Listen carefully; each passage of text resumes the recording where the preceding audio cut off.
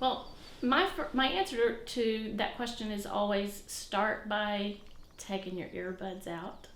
It's always basically just pay attention.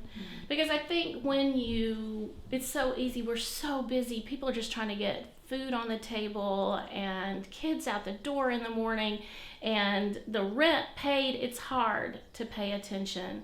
But sometimes we just need to be quiet and still and listen. And I think when you do that, when you pay attention, there's nobody who doesn't fall in love who's paying attention to this world.